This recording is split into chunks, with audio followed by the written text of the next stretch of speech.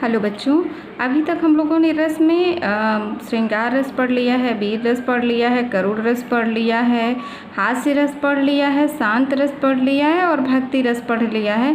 अब हमारा अगला वीडियो, इसका पहला रस है रौद्र रस, जहाँ विपक्ष द्वारा किए गए अपमान अथवा अपने गुरुजन आदि की निंदा आदि से क्रोध उत्पन्न होता है, वहाँ रौद्र रस होता है। रौद्र रस का स्थायी भाव क्या होता है?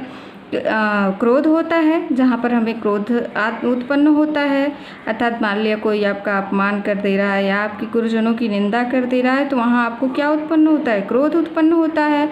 और जब क्रोध उत्पन्न होता है तो वहाँ रौद्र रस होता है। अर्थात क्रोध नामक अस्थायी भाव का विभाव, अनुभाव और संचारी भाव के साथ जब संयोग होता है तो रौद्र रस की निष्पत्ति होती है।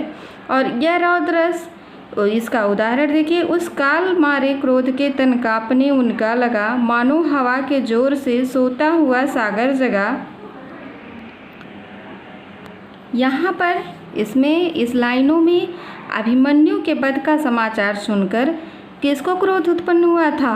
अर्जुन को क्रोध उत्पन्न हुआ था। लिखा है कि उस काल, उस समय मारे क्रोध के किसका तन कांपने लगा? अर्जुन का तन कांपने लगा। ऐसे लगा कि हवा के जोर से, हवा चलने की वजह से सोता हुआ जो समुद्र था वह क्या हो गया है? उठ गया है, कांपने लगा है, अर्थात उसमें लहरें उठने लगी हैं। तो यहाँ अभिमन्यु का वध का समाचार सुनकर अर्जुन के क्रोध का वर्णन किया गया है। इसका अस्थायी भाव है क्रोध। आश्रय अर्जुन है, क्योंकि अर्जुन को क्रोध उत्पन्न हुआ था। विभाव अभिमन्यु का वध है। अनुभाव है हाथ मलना, मुख लाल होना, तन कांपना, तथा संचारी भाव है उग्रता। उग्रता जो होती है हमारे मन में पैदा होती है, और मन में ही उत्पन्न जो स्वतंत्र विचार होते हैं, चंचल विचार होते हैं, वही क्या कहलाते हैं? संचारी भाव कहलाते हैं। इस वजह से जहाँ पर क्रोध अस्थायी भाव हो जाएगा तो वह कौन सा रस होगा? रौद्र रस होगा, जहाँ विपक्ष द्वारा किए गए अपमान, अपने गुरुजनों की निंदा आदि को सुन करके जब हमारे मन में क्रोध नामक अस्थायी भाव की उत्पत्ति होती है तो वहाँ रौद्र रस होता है। अब अगला हम लोग वीर रस पढ़ चुके थे, अगला हम पढ़ेंगे भयानक रस। किसी भयानक अथवा अनिष्टकारी वस्तु, अनिष्टकारी वस्तु मतलब जो हमको क्या कर सके? नुकसान पहुंचा सके, वस्तु या व्यक्ति को देखने, उसके संबंधित वर्णन सुनने, स्मरण करने से जो चित्त में क्या उत्पन्न होती है? व्याकुलता, जो भय उत्पन्न होता है।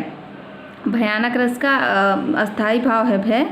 तो जो भय उस समय हमें उत्पन्न होता है, उस भय के से किसकी निष्पत्ति होती है? भयानक रस की निष्पत्ति होती है।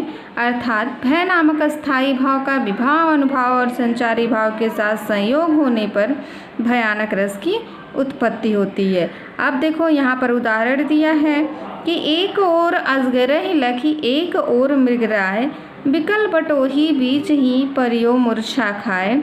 अर्थात एक तरफ क्या दिखाई दे रहा है? एक ओर अजगर ही लखी, एक तरफ अजगर। अजगर जानते हैं ना, एक सर्प होता है, सांप होता है, जो क्या कर लेता है? निगल लेता है। एक ओर मृगराय, मृग मतलब क्या होता है?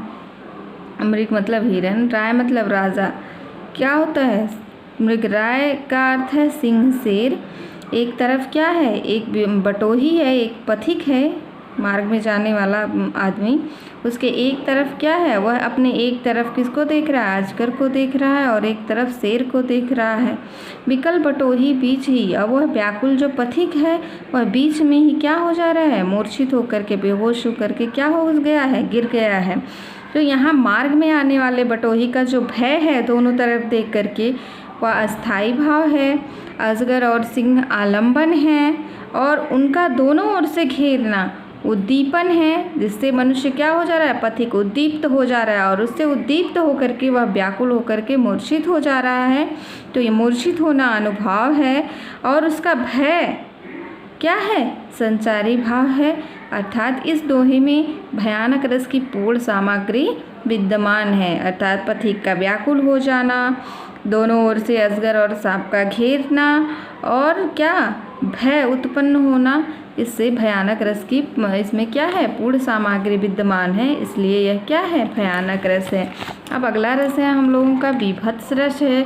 बीभत्स घृणित वस्तुओं, जिसे देख करके इसका विभत्स का स्थायी भाव ही है, क्या है, जुगुप्सा। जुगुप्सा मतलब क्या होता है, जुगुप्सा मतलब होता है घृणा।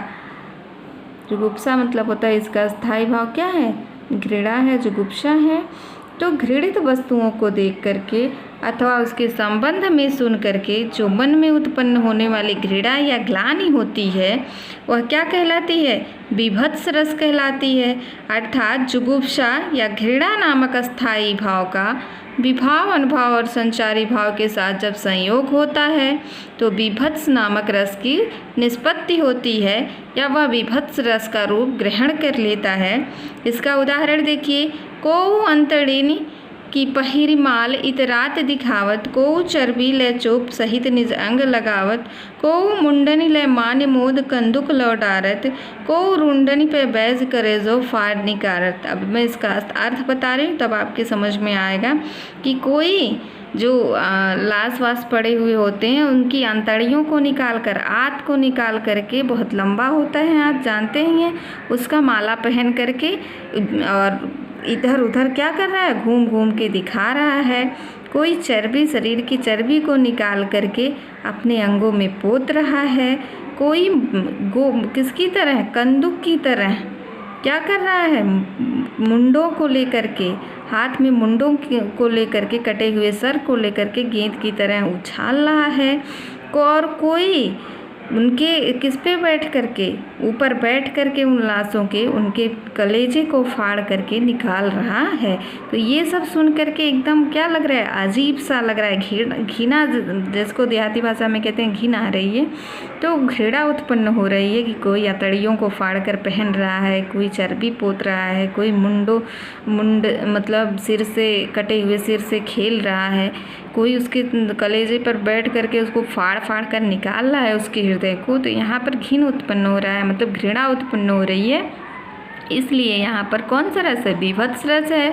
अब इस पद में जुगुप्सा जो है, घृणा, इसका अस्थाई भाव है। जो शमशान का दृश्य जहाँ पर लाशें पड़ी हुई हैं वह आलंबन है। अंतड़ियों का माला पहनकर इतराना और चर्बी को पोतना और मुंडों की माला लेकर गेंद की तरह खेलना, ये उद्दीपन है। ग्लानि जो है, निर्वेद जो है, वह संचारी भाव है। और इन सब से जब ये सब मिलता है तो कौन सा रस बनता है, विभत्स रस बनता है। धन्यवाद बच्चों, आशा है कि आप लोगों की समझ में आई होगी, और समझ में आए तो लाइक शेयर और सब्सक्राइब कीजिए। अब इसके अगले का रस अगले वीडियो में। धन्यवाद।